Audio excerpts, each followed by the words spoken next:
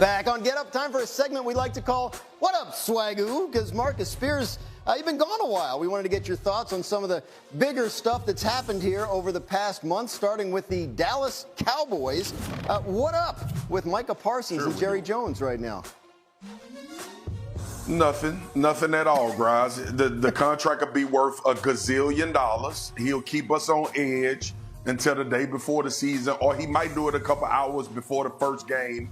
And Micah Parsons will be in on it as well. The more and more I look back at the Dak Prescott situation leading into this season, they both were colluding to keep us talking about it on Get Up and First Take and NFL Live until the first day of the season. Well, we love him for that, and we hope that continues for our own sake. Yep. Let's talk about another edge rusher, Trey Hendrickson in Cincinnati. What's going on with what up? Excuse me, with Trey Hendrickson and the Bengals? I almost said what's going on. It's weird, man. This is a weird situation. And obviously, sometimes you just run out of money, Graz.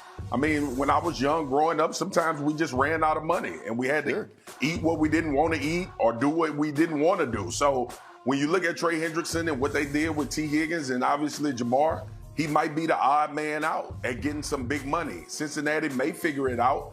But the problem is you might be running low on funds. And when funds run low, some people are disgruntled and some people are happy. I'm disgruntled right now because my funds are running low because of the stock market. Trey is disgruntled because Cincinnati is being affected by the stock market. We're going to keep it on NFL if we can. What up with Aaron Rodgers and the Steelers? I don't know, man. It's like a game of do you like me? Yes, no, or maybe. And nobody wants to answer the question. And when you look at Aaron Rodgers and you think about how he ended last season with the New York Jets, you got to figure out if it's valuable enough for you to try to wait or you to try to figure it out. But it's a Band-Aid with the Steelers. And they may need to just leave the wound open, stitch it up, and patch it up for good by waiting, by trying to position themselves to get a quarterback of the future. I know it's slim pickings, and I know nothing is guaranteed, and I know you got a one-year vision when it comes to Aaron Rodgers. But that one-year vision is the reason why we are still here with the Pittsburgh Steelers, obviously with Kenny Pickett not working out. Even if it's just a one-year vision, though, Swagoo, like, is Aaron Rodgers at this point in his career worth dragging this out like they are? No, I don't think so. Look, we all know it's a lot that comes with Aaron Rodgers beyond the football field. And if anybody wants to just focus on how good he is as a quarterback, you out your damn mind. We've seen the effects that Aaron Rodgers has on franchises. The ending of Green Bay in New York this year, and obviously going to Pittsburgh. The one caveat is Mike Tomlin is the head of the household, and there is no question about that.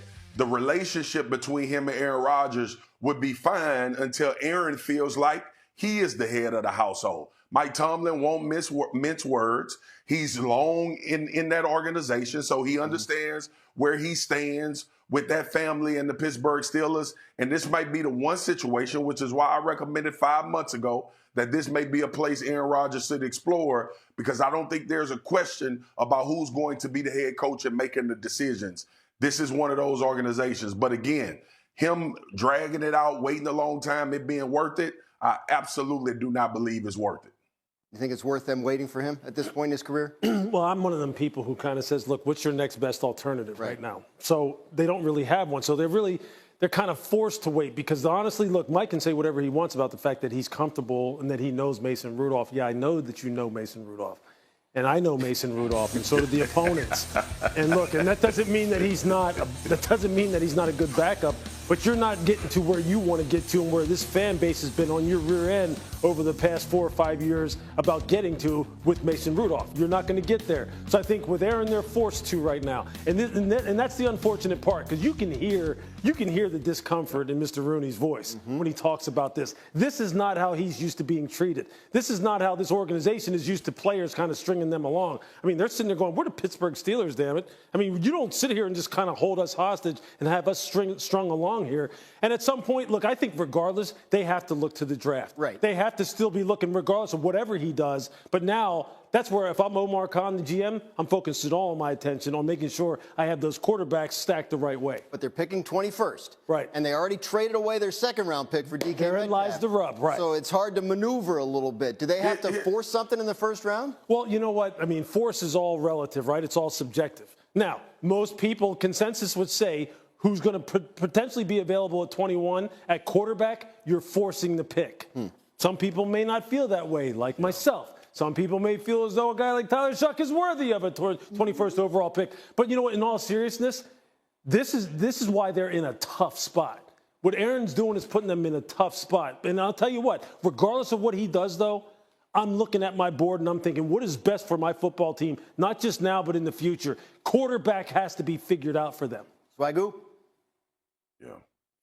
I mean, look, the points that you guys are making are absolutely right. I'd rather take a flyer on a first-round pick that may not turn out to be good than take a flyer on Aaron Rodgers at this point. Because what if he does play well enough or bad enough for you to be positioned to draft a quarterback high in the coming years? That's been the question with Pittsburgh, right? We can't get anybody out of free agency. We've been in this up and down battle of trying to figure out the quarterback. So either you get a young quarterback and he plays bad and you position the draft high, or you get Aaron Rodgers and you float again, and we have this same conversation next year around the draft.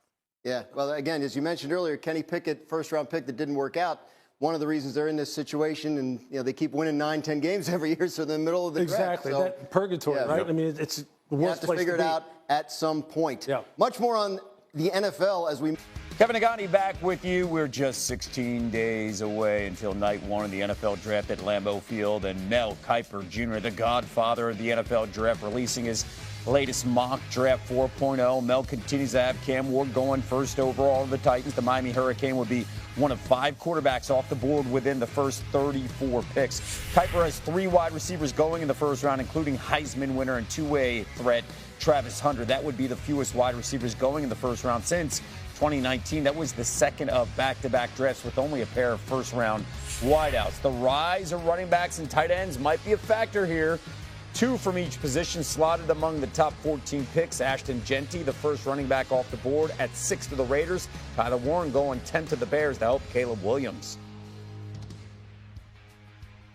State star, that is Abdul Carter, going 3rd to the Giants. He's scheduled, by the way, to meet with the G-men on Thursday. Will Campbell will be the first offensive lineman off the board.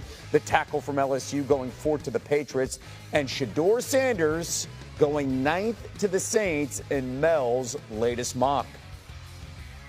Mel Kiper Jr. and Dan Orlovsky with us right now. Mel, you have Shedeur Sanders as your top quarterback in this draft. So why do you have him sliding down to 9th overall?